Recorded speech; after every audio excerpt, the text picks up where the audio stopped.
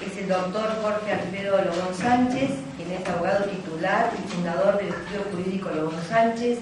Ejerce la profesión desde el año 1989, tiene 23 años en el ejercicio profesional, dedicados especialmente al área del derecho civil y procesal civil en el patrocinio de procesos judiciales como abogado defensor. Es magíster del Derecho Civil de la Universidad Católica de Santa María, es magíster en Derecho Procesal por la Universidad Nacional de Rosario, Argentina, es diplomado en tutela jurisdiccional y debido proceso civil por la Pontificia Universidad Católica del Perú, diplomado en docencia universitaria en la Universidad Católica de Santa María, es docente nombrado y proceso la inconstitucionalidad del Código Procesal Civil peruano. Doctor, le damos la bienvenida, le escuchamos. Muchísimas gracias. Bueno, en primer lugar quiero manifestar mi enorme satisfacción de encontrarme nuevamente en la Argentina. Son muchas veces que he viajado desde el Perú a la Argentina, pero es la primera vez que me encuentro en Neuquén y me encuentro sumamente feliz de estar aquí en el Colegio de Abogados de Neuquén para dirigirme a todos ustedes. Quiero hablarles de un tema que es muy importante, quiero hablarles de un tema que es de vital importancia en mi país. Imagino también que aquí en la Argentina la justicia civil tiene muchas insatisfacciones o muchos sinsabores. Por supuesto que también tiene aciertos y sobre esos aspectos quisiera conversar.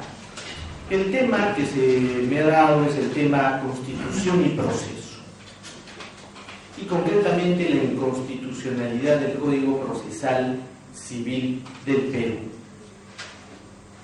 Alrededor del año 1950, en el año de 1948, estos instrumentos internacionales de justicia, la Declaración Universal de los Derechos Humanos, fueron los primeros instrumentos normativos de carácter supranacional en los que las garantías constitucionales de justicia quedaron plasmadas. De allí adelante, otros instrumentos internacionales lo hicieron de igual modo. En los años sucesivos, las constituciones de los diversos países, de España, de México, de Chile, del Brasil, incorporaron ya de manera expresa las garantías constitucionales de justicia, de juez imparcial, de presunción de inocencia, de procesos sin dilaciones, de igualdad ante las partes, de exclusividad de la función jurisdiccional, entre muchas otras. De esta manera, el Perú no podía quedar atrás y fue nuestra Constitución de 1979, la Constitución que, en uno de sus artículos importantes, consagra 19 garantías de la función jurisdiccional y de las garantías constitucionales de proceso en nuestra Carta Magna. Era evidente que esto tenía que ocurrir así, y consecuentemente se elevaba ya a nivel constitucional las garantías del proceso, y no solo en los códigos procesales, con la implicancia que esto tiene. Después está obligado a aplicar la norma constitucional, en preferencia la norma legal ordinaria. El litigante, ante la violación del derecho constitucional de justicia, de juez imparcial, de igualdad de las partes, del derecho a la prueba, del derecho a la motivación de las sentencias judiciales, podía recurrir, como repito, al amparo constitucional si se veía violado este derecho en el proceso, e incluso recurrir a instancias internacionales. Pero posteriormente en mi país suceden dos circunstancias bien importantes. En el año de 1993 se promulga una nueva constitución, y esta nueva constitución, la de 1993, concede ya no 19 supuestos, sino 22 supuestos o derechos de garantías constitucionales. Y estas garantías constitucionales incluye una que es muy importante, es la garantía a la tutela jurisdiccional y al debido proceso, que no contenía la Constitución de 1993. Pero también en el mismo año, 1993, se dicta el Código Procesal Civil, el novísimo Código Procesal Civil que está vigente hasta el momento. Y en este Código Procesal Civil de 1993 también se entiende, y no podía ser que en su regulación específica estas garantías constitucionales estuvieran contenidas, estuvieran perfectamente reguladas, estuvieran perfectamente contempladas, y en la norma usual de los jueces no podrían estar divorciadas de esta ya corriente doctrinaria que venía de 50 años antes. Sin embargo, en mi opinión, este Código Procesal Civil ha negado o desconocido en su regulación específica estas garantías constitucionales. ¿Cómo es posible que un código de reciente data, que un código procesal tan nuevo, podía, sin embargo, regular situaciones contrarias a la Constitución o divorciadas de la Constitución? Yo me quiero referir específicamente a algunos derechos básicos que, por supuesto, aquí en la Argentina se aplican y en toda Latinoamérica. ¿Cuáles son esos derechos básicos? Creo que el derecho del acceso a la justicia, el derecho de un juez imparcial, un juez independiente y un juez responsable, el derecho a la igualdad irrestricta de las partes, el derecho a ofrecer medios probatorios y que sean valorados debidamente, a una sentencia congruente, motivada, y por supuesto la instancia plural, entre muchos otros derechos constitucionales, como la presunción de inocencia, etc. Hablemos sobre el primer punto, el tema del acceso a la justicia. Yo no sé cómo funciona en Argentina o en otros países, pero el Perú contiene un famoso artículo, es el 427 de nuestro Código Procesal Civil, el cual establece, además del 424 y 425, el 424 y 425 establece que el juez debe revisar la demanda en sus aspectos formales, petitorio, medios probatorios, firma de letrado, domicilio procesal. Si de la revisión advierte que hay una omisión, el juez la declara inadmisible y el litigante tiene un plazo prudencial para subsanar. Pero no solamente eso, el artículo 427 establece 7 supuestos en los cuales la demanda puede ser rechazada y declarada improcedente. Los supuestos de improcedencia de la demanda son que el juez advierta manifiestamente la ausencia de un interés para obrar en el demandante, de una legitimidad para obrar, de una indebida acumulación de pretensiones, de un petitorio física o jurídicamente imposible, de un juez incompetente y otros supuestos más. Ante esta norma empezó a suceder y sigue sucediendo hasta la actualidad que muchísimas demandas son liminarmente rechazadas. El juez declara y le parece de que la legitimidad del demandante no se advierte del escrito de demanda. Dicta un auto y declara improcedente la demanda. El demandante obviamente que se sorprende porque considera que tiene legitimidad para obrar, que el juez ha elaborado un juicio errado, un juicio equivocado, interpone un recurso de apelación. Debo decir, para estos fines, que entre el tiempo que yo presento la demanda y en que soy notificado por la demanda, puede transcurrir aproximadamente 3 a 4 meses. Quien efectúa la calificación personal de la demanda es el juez. No lo puede hacer el secretario judicial, ni puede alcanzar al juez un borrador. Por eso que la calificación, acto serio, lo realiza de manera directa el juez y tiene su tiempo, hasta que califica y que pasa un pool de notificaciones y hasta que llega al domicilio procesal del abogado. Una vez notificado el abogado, por supuesto, va a interponer un recurso de apelación. Tiene que subir ante una sala civil conformada por 3 señores magistrados. Y ellos van a revisar la resolución de rechazo de la demanda por improcedente. Si los señores resuelven favorablemente, o en el sentido dado, favorable al actor, la demanda se admitirá. Esto puede demorar 3 meses o 4 meses más, en cuyo caso una demanda se admite a los 6 meses.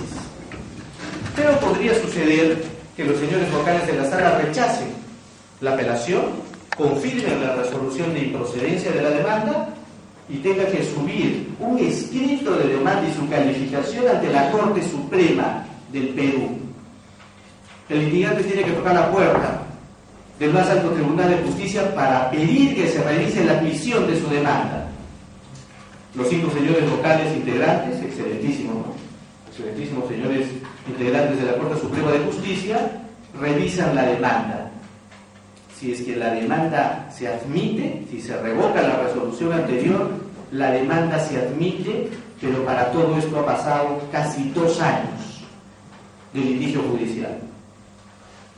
Es claro que el juez, que tiene una enorme carga procesal, el estándar es de 800 procesos por juzgado, los juzgados en el Perú tienen 3.000, 4.000 o 6.000 procesos. Y el juez tiene la natural inclinación de que este sesgo del cual hablaba el expositor anterior. Tengo inconscientemente en mi cabeza la idea de que si admito la demanda voy a trabajar demasiado, y siempre veo la posibilidad de que pueda no estar clara la legitimidad del demandante u otra situación similar. Por tanto, para que se pueda admitir la demanda pueden pasar 2 años o 3. ¿Y qué efectos nocivos genera esta situación? Primero, que si la pretensión está sujeta a un plazo de caducidad y la caducidad solo se interrumpe con la citación al demandado, o sea, al momento de presentar la demanda no había caducidad, no había prescripción. Pero al momento de ser finalmente admitida la demanda y notificado al demandado, el plazo ya venció. Con lo cual el derecho de acceso a la justicia se le ha cerrado al litigante. Si yo soy un litigante y quiero interponer una demanda y asegurar la misma con una medida cautelar antes de demandar, la obtengo, interpongo mi demanda, se admite, debo interponerla dentro de los 10 días posteriores a la concesión de la medida cautelar, pero lograda la medida cautelar, si interpongo la demanda y esta es declarada improcedente por el juez, y sin perjuicio que se apele la improcedencia de la demanda, la medida cautelar caduca, de pleno derecho. Quiere decir que si luego de 6 meses logro que se admita la demanda, ya no tengo el amparo de la medida cautelar que asegura mi derecho. Es una situación evidentemente grave. Pero no solamente esto sucede. Suceden cosas adicionales aún más sorprendentes. Declarada por la Corte Suprema que el litigante sí tiene legitimidad para lograr, el demandado, que hasta ese momento en el proceso no estaba presente y que luego de admitida la demanda sí se le notifica, tiene todo el derecho, obviamente, de interponer su excepción, la excepción de falta de legitimidad para obrar. Quiere decir que en ese momento el demandado dice, bueno, el demandante no tiene legitimidad para obrar. El juez dice, pero esta legitimidad para obrar la revisé yo, la revisaron 3 vocales y la revisaron 5 de la Corte Suprema. Bueno, traslado, la niego. Y el juez tiene que resolver ¿qué? Aquello que ya fue resuelto por él antes, pero sin audiencia del demandado. La sala civil puede resolver nuevamente el tema que ya desvió. Y si se declara dada la excepción, podría llegar nuevamente. En 2 oportunidades revisamos exactamente lo mismo. Por supuesto que el rechazo liminar de la demanda fue la justificación para hacer una justicia más rápida, pero de rápida no tiene absolutamente nada. Esto ha agravado la situación. Les cuento solamente, porque podría seguir hablando toda la tarde sobre las innumerables circunstancias que se presentan ante esta normatividad singular del Código Procesal Civil. El abogado, luego de algunos años de ver esta situación, recurre por una actitud que puede ser calificada de mala fe. No interpone una demanda, multiplica el gasto del litigante, interpone 2 demandas, 3 o 4, la misma demanda. Interpone la demanda, se le deriva al primer juzgado civil. Interpone la misma demanda, el sistema deriva al 5º juzgado civil. Interpone la tercera demanda, que es la misma, se va al 10º juzgado civil. Y ahí espera que pues se la pueda calificar positivamente.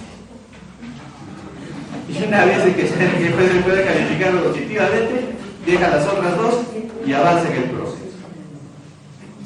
O sea, tiene que encontrar mecanismos imaginativos para poder acceder a la justicia. esto es clave. Otro de los grandes temas que tiene nuestro Código Procesal Civil es el referido al juez imparcial, y consagra que, por supuesto, tenemos el derecho a una justicia a través de un juez independiente, responsable, natural, pero establece que el juez a toda costa debe velar porque la desigualdad no afecte a las partes. Pero ¿cómo hace un juez para evitar que se afecte la desigualdad entre las partes? Seguramente tendrá que dictar alguna medida o alguna providencia. Jamás he visto en mi práctica profesional cómo un magistrado puede evitar las desigualdades naturales entre los litigantes, más allá de aplicar la ley en forma irrestricta para ambos. ¿Podría el juez aplicar alguna medida para evitar la desigualdad económica y sin embargo no ver afectada su imparcialidad? Me parece difícil. Dice nuestro Código Procesal Civil y nuestra Constitución que existe una irrestricta igualdad entre las partes. Sin embargo, el propio Código contiene un artículo que dice que en un proceso civil el Estado peruano no tiene más privilegios que los que de manera expresa le concede la ley. Entonces el Estado peruano, si es demandado, no está en perfecta igualdad con la parte. Tiene privilegios y de hecho los tiene. Por ejemplo, en materia de medidas cautelares, si el Estado es demandado, una universidad, un gobierno regional, una municipalidad, no están obligados a constituir una garantía o contracautela ante una medida cautelar. Pueden solicitarla contra la persona que demande sin asegurar el resarcimiento si la medida resulta después infundada. Y a la inversa, si yo quiero demandar al Estado, no puedo solicitar una medida cautelar de ejecución forzada. Se me está vedada esa posibilidad. Y así existen muchas otras situaciones de privilegio al Estado, a gobiernos regionales, a universidades. Hay una larga relación. Consecuentemente, el estricto derecho de igualdad entre las partes no existe. ¿Qué pasa en materia de prueba judicial? Prueba judicial, nosotros entendemos que una parte ofrece una prueba y la otra la contradice. Sin embargo, el artículo 197 de nuestro Código Procesal Civil establece la figura de la prueba trasladada. La prueba actuada válidamente en un proceso judicial puede ser usada en otro proceso judicial, siempre y cuando haya sido llevada a cabo con audiencia de la parte contra quien se opone la prueba. Pero a renglón seguido establece que este último requisito podrá ser eliminado por el juez por resolución debidamente motivada. Quiere decir que el juez puede aceptar la prueba de otro proceso en contra de un litigante y que sin embargo este otro litigante no intervino en la actuación de ese medio probatorio, quitándosele la posibilidad de contradicción y consecuentemente sin la posibilidad de defensa. Todos hemos estudiado el requisito de la motivación de las sentencias, exhaustiva, completa, legítima, expresa, pero el Código Procesal Civil dice muy claramente que el juez debe conocer todos los hechos y los medios probatorios, pero será suficiente que en la sentencia consigne aquellos que él considere importantes y determinantes. Y por tanto el juez no tiene ninguna obligación de motivar sobre todos los medios de prueba, ni sobre todos los aspectos y las incidencias del proceso, solo las que él considere importantes y determinantes. Tenemos un proceso judicial, el proceso judicial denominado sumarísimo. No sé si en Argentina se denomina igual. Se denominaba en nuestro Código Procesal Civil proceso sumario en el anterior, y ahora, seguramente por alguna corriente, se le denominó sumarísimo. O sea, no es un proceso sumario que es rápido, sino es un proceso sumarísimo, que es rápido de lo rápido. Súper rápido. Sumarísimo. Entonces, este proceso judicial sumarísimo, efectivamente es así, es sumarísimo. Tan sumarísimo es que si el litigante desea ampliar la demanda antes de notificar al demandado, ampliar la demanda por una nueva pretensión o incorporar un nuevo medio de prueba y que por supuesto no va a afectar al demandado, no puede hacer. No puede ampliar su demanda después de presentada la demanda, no antes de notificar. Después de notificada, por supuesto que no, pero no se notificó y aún así no puede ampliar. Este proceso sumarísimo, si se presenta una prueba determinante para el proceso, pero después de presentada la demanda, lo que en el Perú se conoce como prueba extemporánea, tampoco puede presentarse, no se admite. No se pueden ofrecer medios probatorios para tachas, oposiciones y excepciones que no sea la prueba documental. Todo otro medio probatorio que no sea el documental está prohibido. Y adicionado a toda esta circunstancia, entre otras, el plazo de la audiencia de pruebas es de 10 días después de contestada la demanda. Pero para toda prueba pericial se requiere que la pericia se presente 8 días antes de la audiencia de pruebas. Y para que se actúe la pericia se tiene que nombrar perito y el perito actúa la pericia. Entonces el plazo de 10 días entre contestada la demanda es imposible de poder actuar la prueba pericial, en otra de las incongruencias de nuestra normativa procesal.